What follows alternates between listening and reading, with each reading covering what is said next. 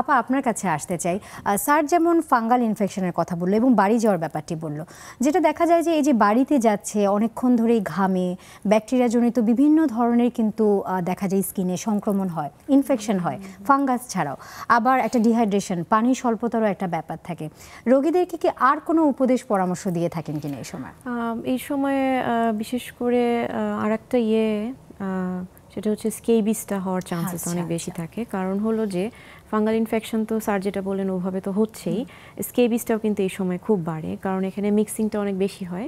শহর থেকে যারা গ্রামে যাচ্ছে, একই বিছানায় শুচ্ছে, ধরেন একসাথে আত্মীয় স্বজন বা কাজিনরা একসাথে মিশছে, ফলে স্কেবিসটা হলো যেটা হলো যে সার্কোপটিসিস স্কেবি এক ধরনের বলতে গেলে, বাংলায় সহজে বলতে গেলে স্কিনের একটা পোকা, যেটা হলো আপনার স্কিনে থাকে এবং রাতের বেলা এটা ত্বকের উপরিভাগে চলে আসে এবং এটা খুব দ্রুত বংশবৃদ্ধি করে। সো এটাও খুব ছড়ায়। তো স্যার ফাঙ্গাসের কথা যেটা বললেন যে কাপড়ে অনেক দিন থাকতে পারে, স্কেবিসটাও কিন্তু এরকম। সো স্কেবিসের এই ট্রিটমেন্টটা যখন করা হয় সাধারণত আমরা বলি যে পরিবারের সবাইকে নিয়ে, মানে যেদিন উনি মলমটা মাখবে বা ওষুধটা দিবে, পরিবারের সবাইকে একইভাবে মাখতে হবে এবং সেগুলো মেনটেন করতে হবে। সো এইভাবে চিকিৎসাটা করতে হয় এবং এটা খুবই কঠিন হয়ে পড়ে যারা চাকরি করে বা যারা ধরেন ছোট বাচ্চা আছে বাসায় বা ব্রেস্টফিড মম যারা, তাদের জন্য এই চিকিৎসাটা করা খুবই কষ্টকর, কারণ অনেক কিছু মেনটেন করতে হয়। যেমন ওষুধটা যেদিন দেবে, পরের দিন 12 ঘন্টা পরে যখন গরম পানি দিয়ে গোসল করবে, পরনের কাপড় চোপড় গরম পানি দিয়ে ধুয়ে রোদে শুকাতে হবে, আয়রন করতে হবে যাতে এটা পুরাটাই সব নিশ্চিহ্ন হয়ে যায়। বিছানা টিছানা সব কিছু, মানে এভরিথিং মেনটেন করাটা আসলে খুব টাফ হয়ে যায়।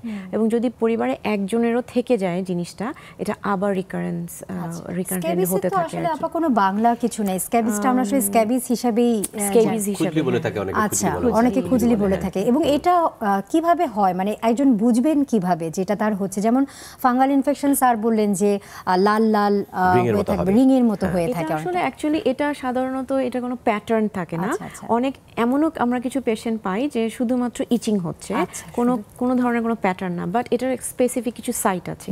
যেমন সবার আগে হচ্ছে আঙ্গুলের ফাঁকে, ফিঙ্গার ওয়েবস যেটা, তারপরে হচ্ছে বিভিন্ন ফোল্ড এরিয়া, যেমন ধরেন এলবো, এটা যেটা বলে যে কোনাই এরিয়া, তারপরে বগলে, নাভির চারিপাশে, কুচকিতে, এই ধরনের প্রাইভেট পার্টসে, এই ধরনের এরিয়াগুলোতে হবে ফার্স্টে, তারপরে হতে পারে যে পুরো শরীর হয়তো বা ছড়িয়ে যেতে পারে। বাট এবং এটা আরেকটা খুব ইন্টারেস্টিং হচ্ছে একটা মানে একটা স্পেসিফিক সময়ে যে চুলকাবে, মানে সারা দিনের ভিতরে রাতে বেশি চুলকাবে।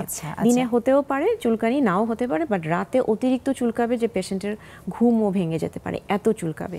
সো এই দুটো। আর থার্ড আমরা দেখে বুঝি যে একজনের হওয়া মাত্রই আশেপাশে পরিবারের আরেকজন অ্যাফেক্টেড হতে থাকবে, মানে মাল্টিপল ফ্যামিলি মেম্বার্সরা অ্যাফেক্টেড হতে থাকবে। নিশ্চয়ই, খুব সুন্দর করে বললেন। আমাদের দর্শক যারা শুনছেন, যারা বাড়ি যাচ্ছেন, যারা বাড়ি থেকে আসবেন, তারা নিশ্চয়ই এই যে স্কিনে যে ত্বকে যে বিভিন্ন ধরনের সংক্রমণ, বিভিন্ন ধরনের ইনফেকশনের কথা স্যাররা বললেন, এটা নিশ্চয়ই মাথায় রাখবেন।